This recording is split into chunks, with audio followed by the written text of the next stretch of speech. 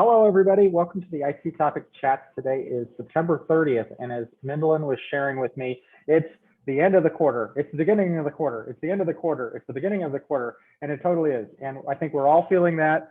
We're all trying to remember. For me, I do a lot of invoicing around this time of year. I do it at the beginning of each quarter, and then I got to make sure everybody gets paid. So it is a particularly stressful kind of day for a lot of us. Anyhow, let's not talk about that. Let's talk about something less stressful. The Independent Consulting Topical Interest Group, which goes by the abbreviation IC TIG.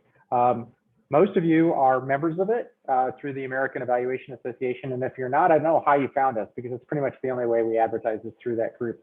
But we're very fortunate to have some of our leaders with us today. Now, I was once the IC TIG chair back in 2015 and 2016 and outgoing in 2017.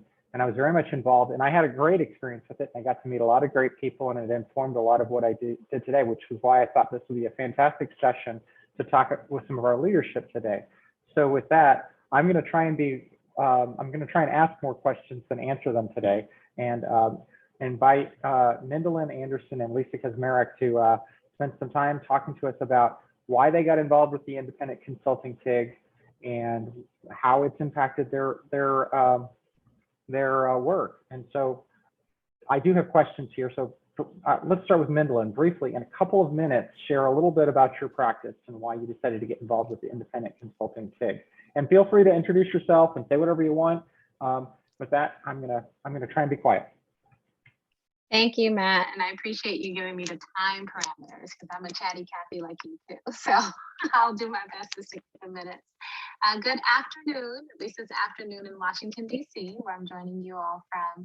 I'm Mindlin Anderson, founder and principal of Mirror Group, LLC.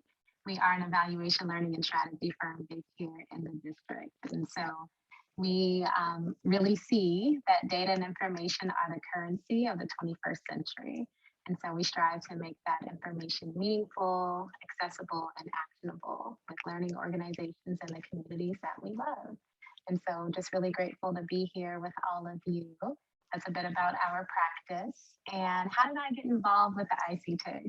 I was so looking forward to this chat because the reason I got involved is on this call. And so this would have been, I think, Minneapolis? Yeah, 2019. AA 2019 Minneapolis, I attended the IC TIG business meeting, and Lisa had such energy there, and she was saying, sign up to be program co-chair. We need people to sign up. And I was like, I'm signing up to do what she's doing. Like, I don't know exactly what's involved, but I just loved her energy. I've always appreciated the IC TIG. It immediately became my home when I attended my first AA, which was Atlanta. I think that was 2016, and just feel very honored to be able to serve as part of the leadership of the TIG. And the reason why is looking right at you, and she'll introduce herself now. Thanks, Mindlin. I have loved working with Mindlin. I'll just say that right off the bat, because her energy is just, it just helps. I don't know. Her energy matches my energy and more sometimes. So my firm, I'm based in San Diego. So good morning to everybody who happens to be on this end of the United States or even further west. I'm the owner of my consulting firm, which has the unoriginal name of Lisa Kaczmarek, PhD Consulting LLC. I named it after myself because I was feeling uncreative, but that's okay. So I work primarily with faculty at universities and and teachers in K-12 in STEM education, people who are doing innovations primarily in computer science and engineering education. And I've also recently branched out to work with people who work in the realm of geology. And so these are people who have grants from the National Science Foundation or the Department of Education for innovations in the education realm for the most part. And I help them to avoid problems ahead of time. So a lot of what I talk about is how working with me will assist them to head off issues and problems so that they can continue to move forward with the research and the innovation in implementation that they want to do. I've been in business 10 years, and I have evolved. My business has evolved quite a bit. And a lot of that happened after I joined the IC TIG. I mean, after I joined AEA and then the IC TIG. My first conference was also Atlanta, interestingly enough. And I joined AEA knowing 0 human beings. I have been involved in many other professional conferences for 20 plus years. I would go to conferences where I knew absolutely everybody and I just plugged right in. I went to Eval 16. I walked in the door, literally 0 human beings. It was a very humbling experience to not know who to talk to, what to do, where to go, connect. It was like, whoa. But I just dove right in and started talking and networking to people. And then the next year, I believe it was, I started hearing, I went to the IC TIG group just because it's like, what is this? What is it? What does it mean? What's independent consulting TIG? And so I just went to the business meeting and started listening.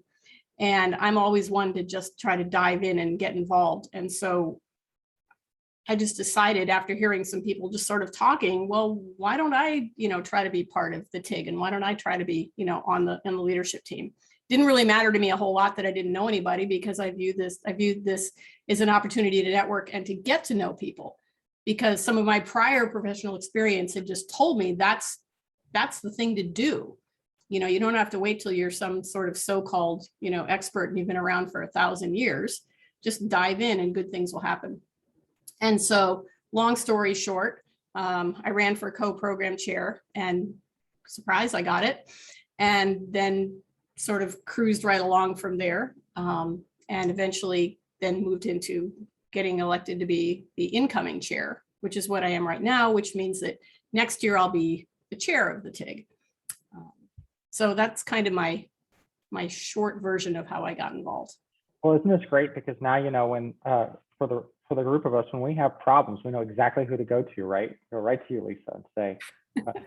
Now, Mindolin, you, what's your role again? I know it, but why don't you share what your role is with the TIG? Yes, I'm program co-chair. And so program co-chair is a 2-year assignment. It's a very special assignment. And so there's always handoff and overlap. So when I came on for my first year, and was in her second year, and she taught me all the reins. And now I'm in my second year, and I'm joined by Mattia, who's our program co-chair now, who's in her first year.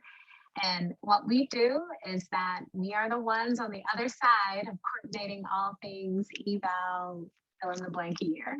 And so drumming up interest among everyone to submit proposals, submissions to the conference and to the meeting, getting reviewers to peer review those submissions, and ultimately helping to craft the program for that year. As COVID has hit and we have moved into a virtual space, sometimes we have opportunities to also connect with everyone virtually in between. And so we help to brainstorm ideas for that, as well as connect via Zoom or other platform. So some of you will remember the Vision 2021 party that we had in December of last year that Nina and I co-facilitated. That was an opportunity to connect as a TIG outside of the program as well.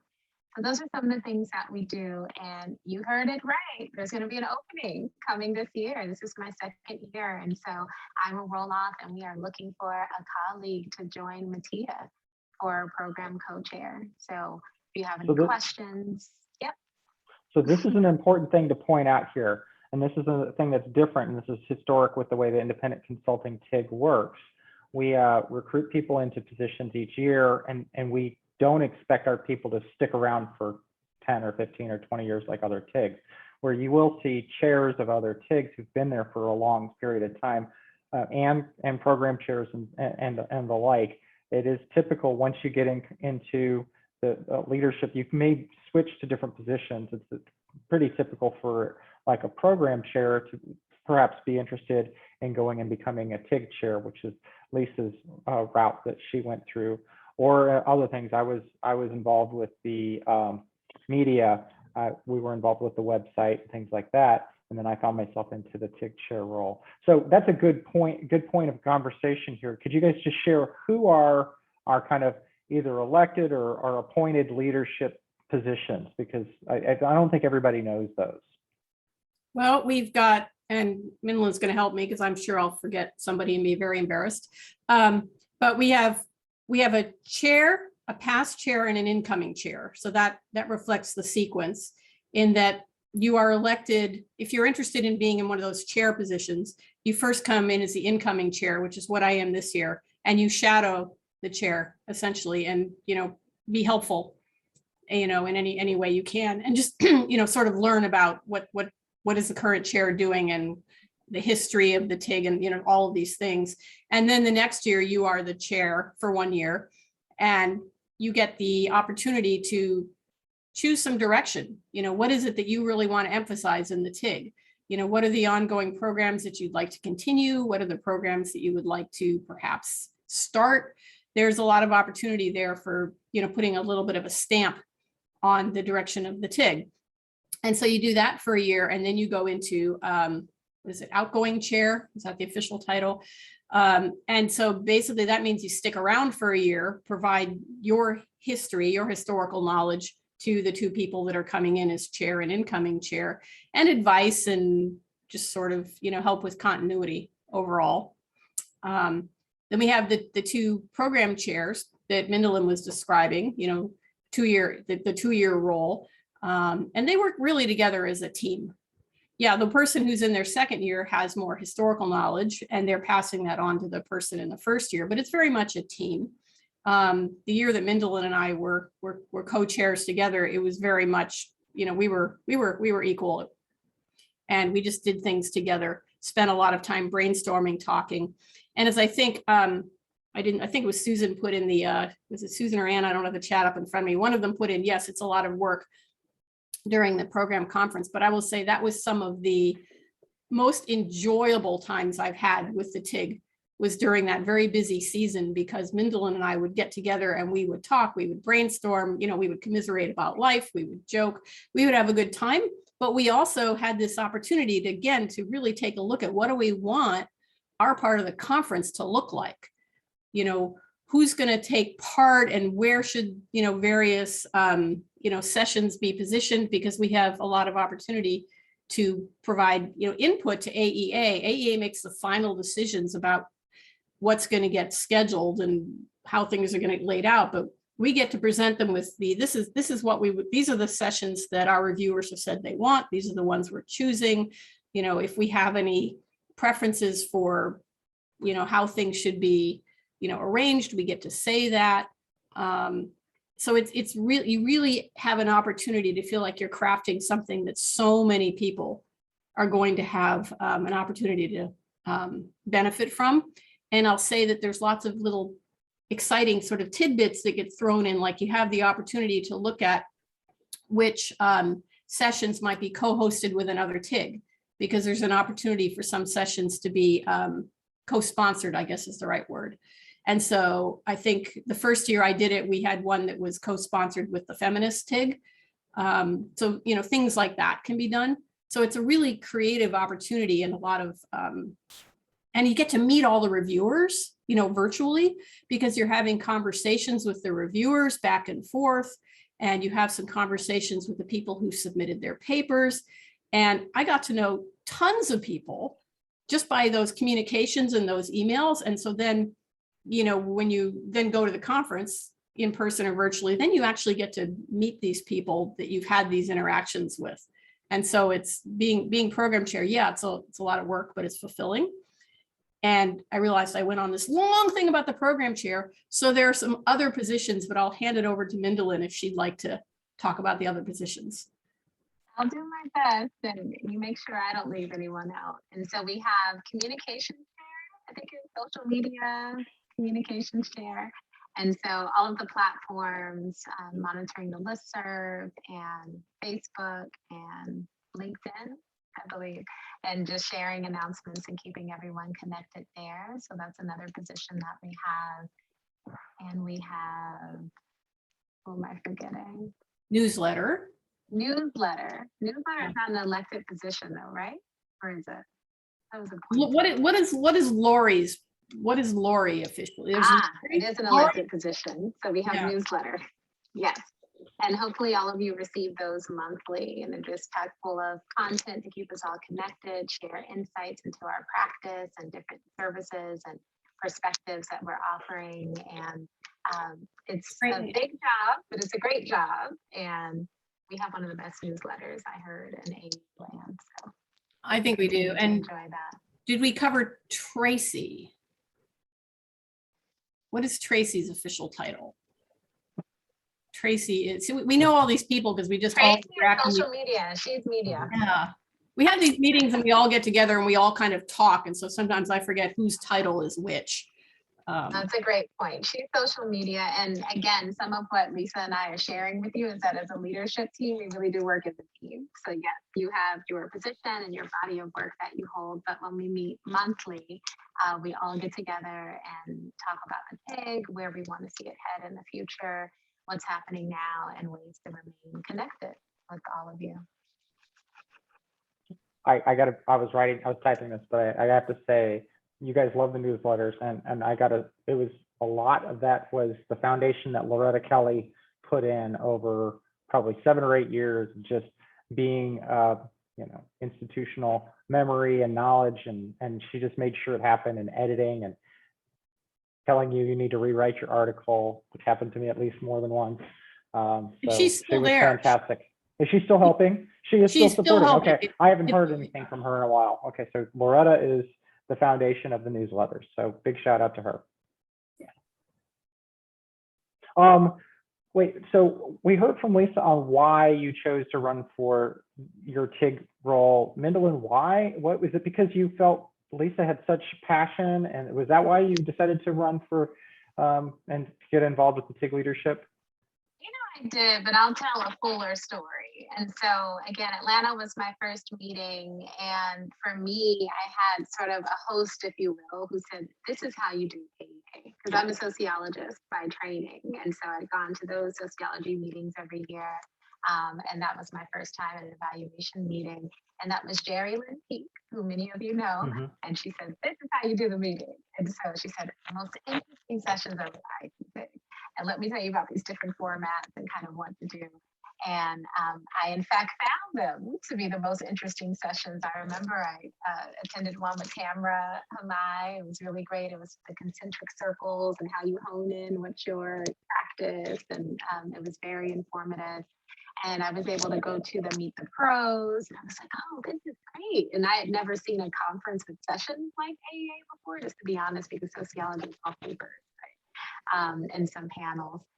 And so I was just invigorated by AEA as a whole, but really through the example of the IC TIG had set with its sessions. And so I had attended the business meetings over the years just to learn about what was happening, but I never stepped up to do anything. And in Minneapolis, again, Lisa had such energy and such drive. Melissa was sharing a lot. There just really seemed to be a strong camaraderie among everyone in the TIG. And I thought, why not be a part of it in a deeper way? And so that's what encouraged me to throw my hat in the ring. And I'm so grateful that I was voted in. So can I ask you guys to spend a little bit of time talking about the connections you've made as being part of the leadership, maybe things that have directly impacted what you do outside of TIG leadership. So you get involved with TIG leadership, you meet a lot of people, have a lot of fun, you get together, you put on conferences, you see sessions, you meet people there, but then things happen outside of it. So what are some things that have happened outside of that that's impacted your daily practice, if you have any stories? Okay, You're Mindalyn, muted. Oh, I just said, oh, wow, that's a good one.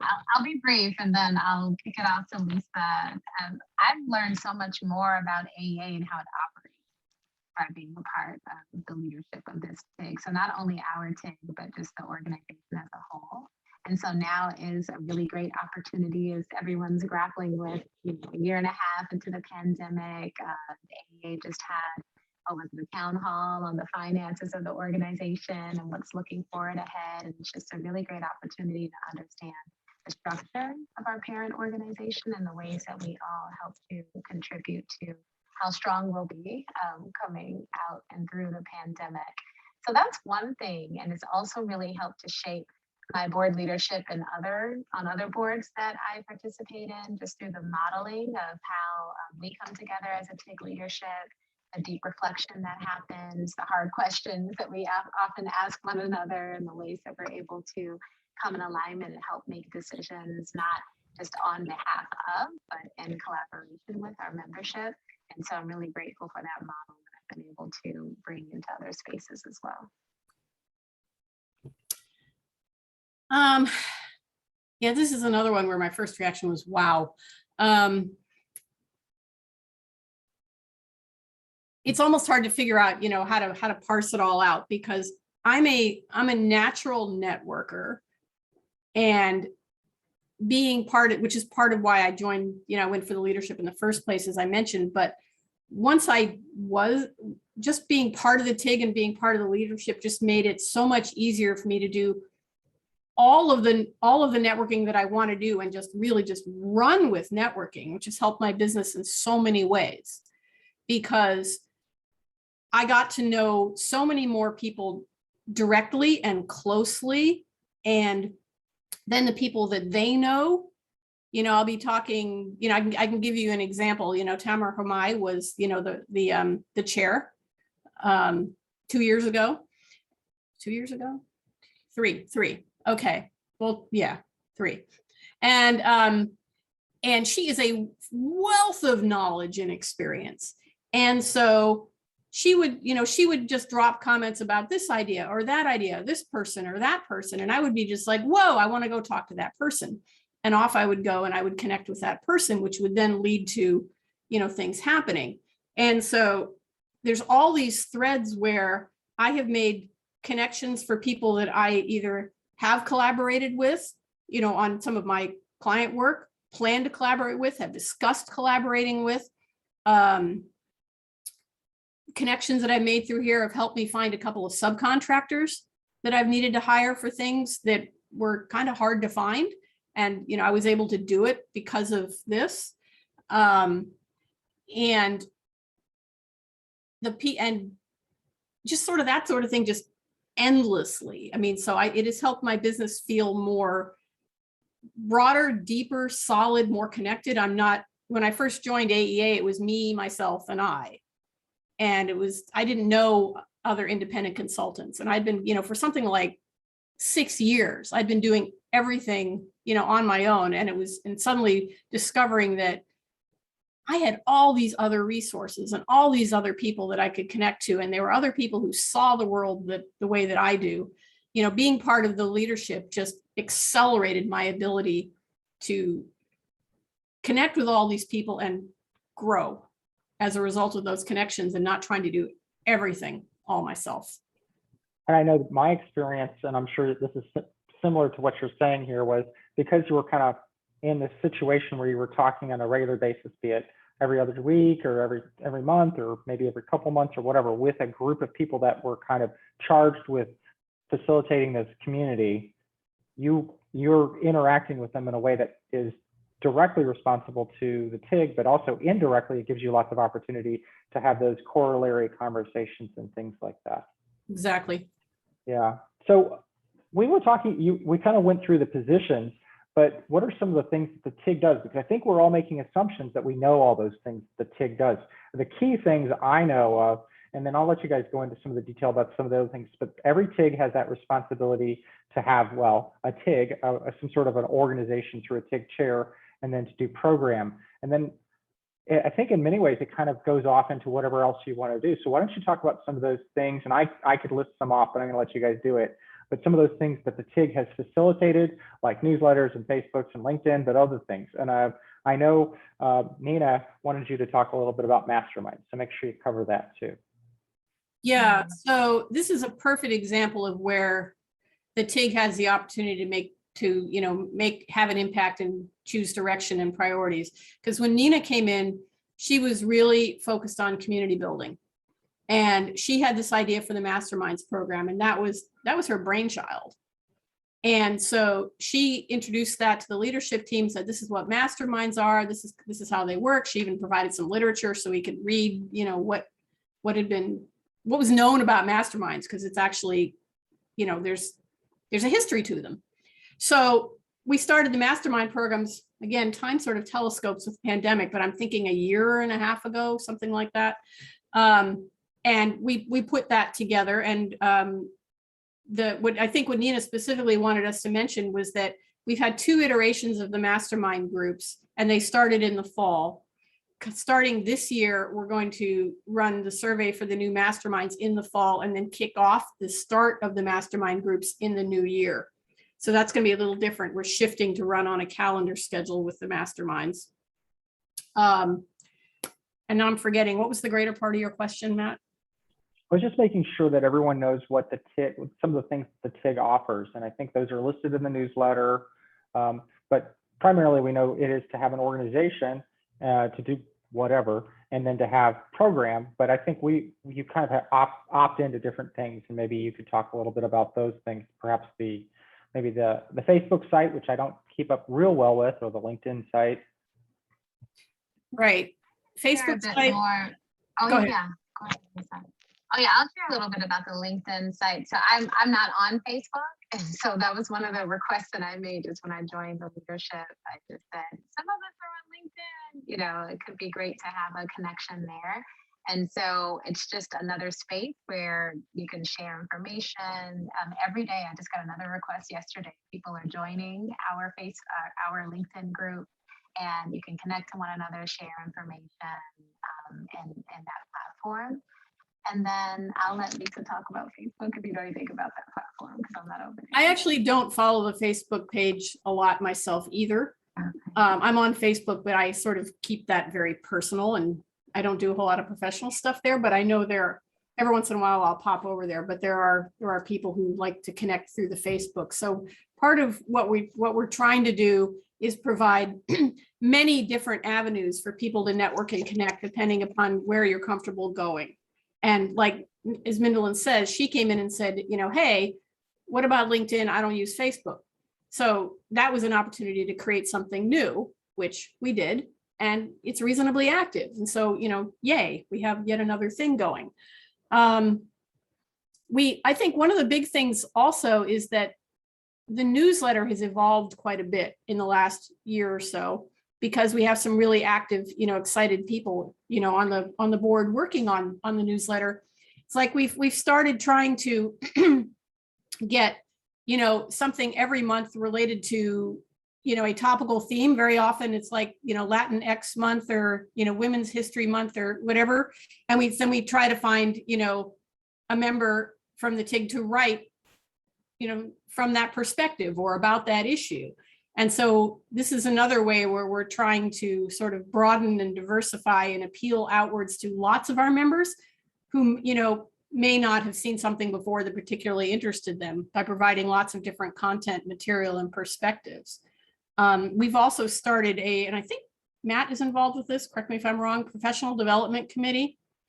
So maybe you can talk a little bit about that, Matt. You're muted. Can you hear me now? Yep. Okay, sorry, my computer is not reacting to the buttons I push, and so it doesn't tell me it's muted or not. So yeah, I just have to assume. I'm not going to unmute. I'm not going to mute myself. Anyhow, the Professional Development Committee is a committee that's kind of really thinking about new and different ways that we can encourage people to interact, perhaps through like IC topic chats, like what we've got today, and different ways outside of the conference. And so that's led by Tamara Hamai. And but that's just one of several different kind of corollary activities that kind of exist. I'm going to put in a little plug real quick here for those kinds of corollary activities. Obviously, there's the IC topic chat. Anne has her office hours, and that happens on twice a month, or is it every 2 weeks on Fridays? Did you want to talk about that, Anne?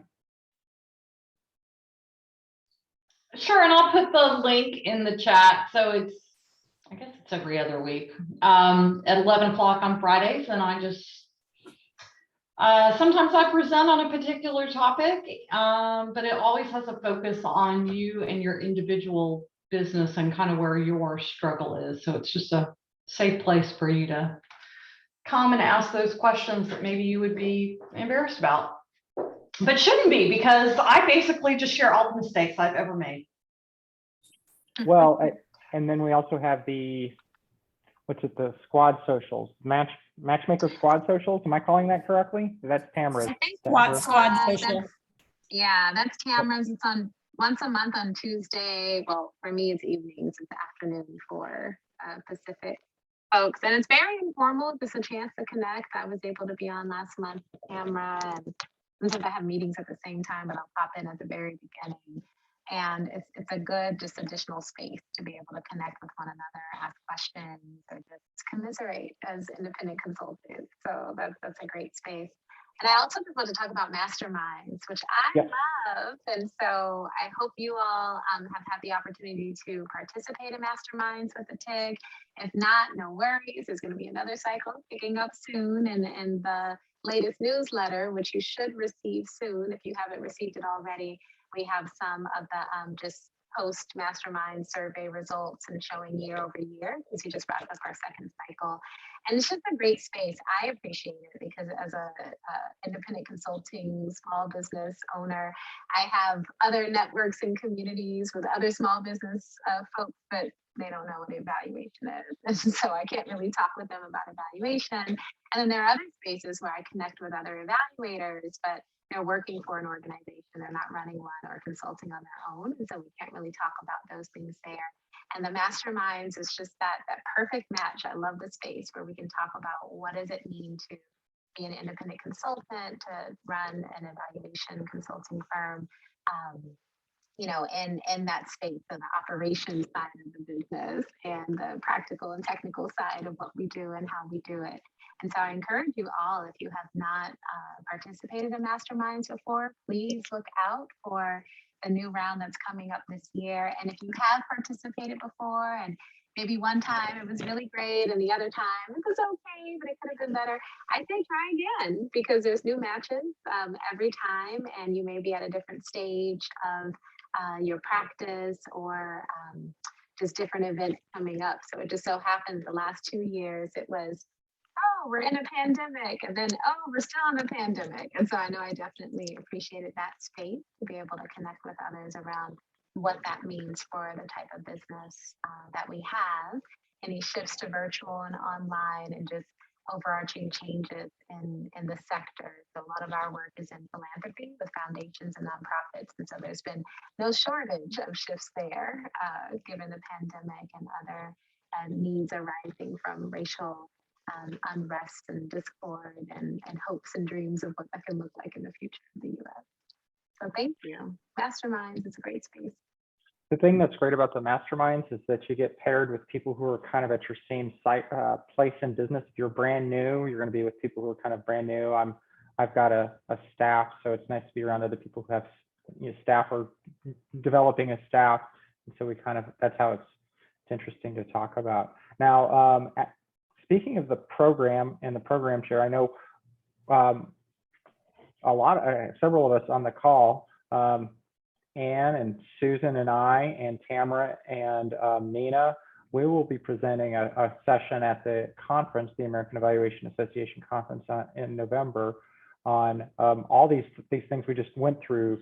And so if you want to hear some more about it, it's actually, we've got recognized as a presidential strand, which is a new and different thing for me. So I just want to make sure you guys are aware of that, because it's pretty special that we got picked up for that. But it is a little, that was my plug I was trying to get to.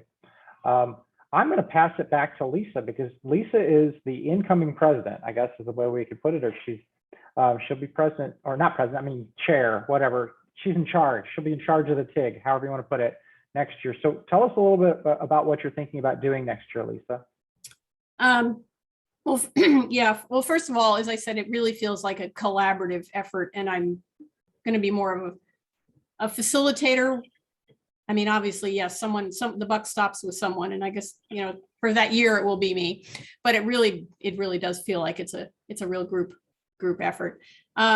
I've been rolling around ideas in my head, and I don't yet have sort of this is my theme, but I can tell you some of the directions I've been thinking seriously about, and we'll see where that goes.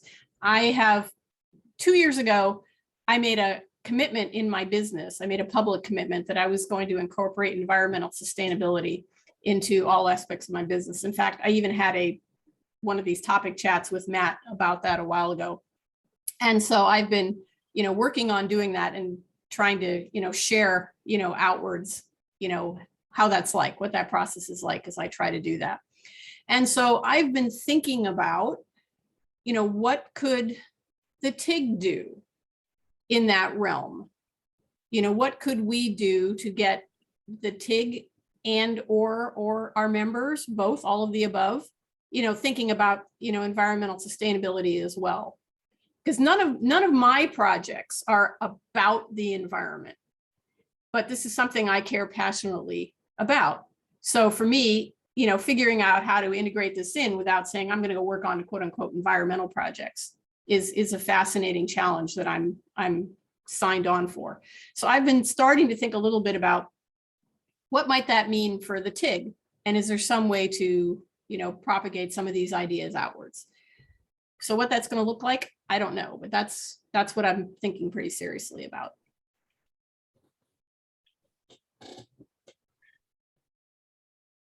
I think I tried to post your session in the chat, but like I said, my computer's decided it doesn't like all the things that are going on at the same time here. So if not, we'll make sure we get that environmental sustainability IC topic chat video that's out on YouTube right now, or you could just type in IC chat Lisa environmental sustainability, and that's the first thing that comes up on YouTube.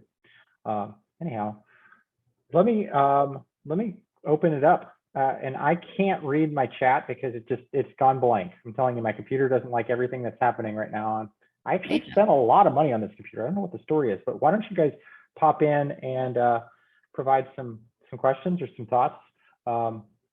And if nobody else does, then I'll start calling on Ann and Susan to bring in new ideas, because I know they've got things to say. They always do.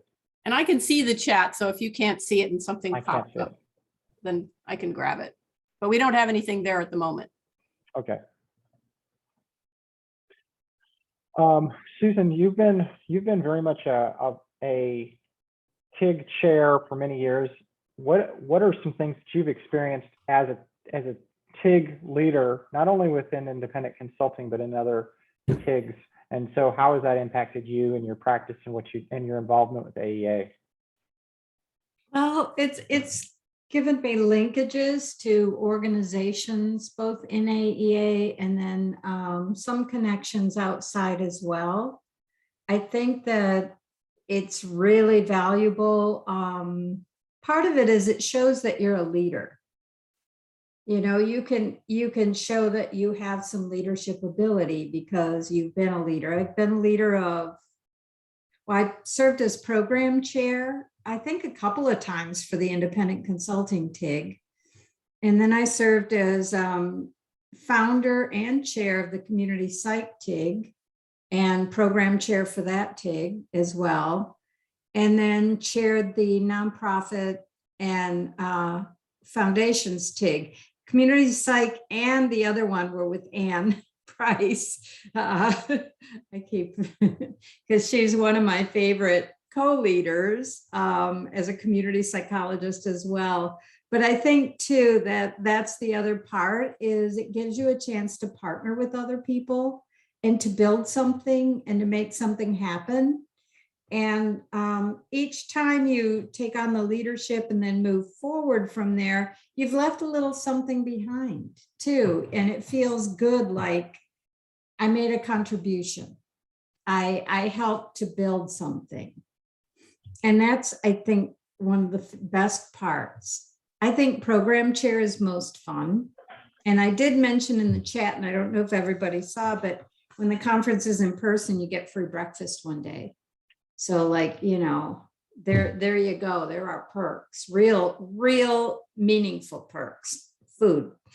But it really, to me, taking on any kind of role with the TIG, whether it's chair or program chair, or whether you want to do something like the social media or newsletters or something like that.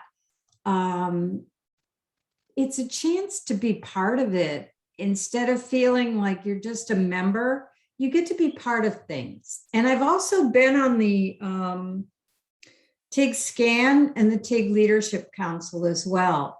And again, because of my engagement with TIGs, I got to move into those things, and I met people from lots of other TIGs. And I had a chance to talk about different disciplines and different styles and to learn from people, but mostly because it's really helped me make a lot of really great connections. And it's made going to conferences and being part of AEA just feel like it's more, it's kind of a value added. Gives you ownership. Yeah, it gives you ownership over it. The involvement with the TIG, and I consider everybody who's here involved in being, you're actively involved with the TIG just by showing up to this IC topic chat. We're kind of corollary. We're not like, we don't take direction from the TIG leadership, but we very much operate within the realm of, and if the TIG leadership were like, you should really be doing this, well, we'd pay attention.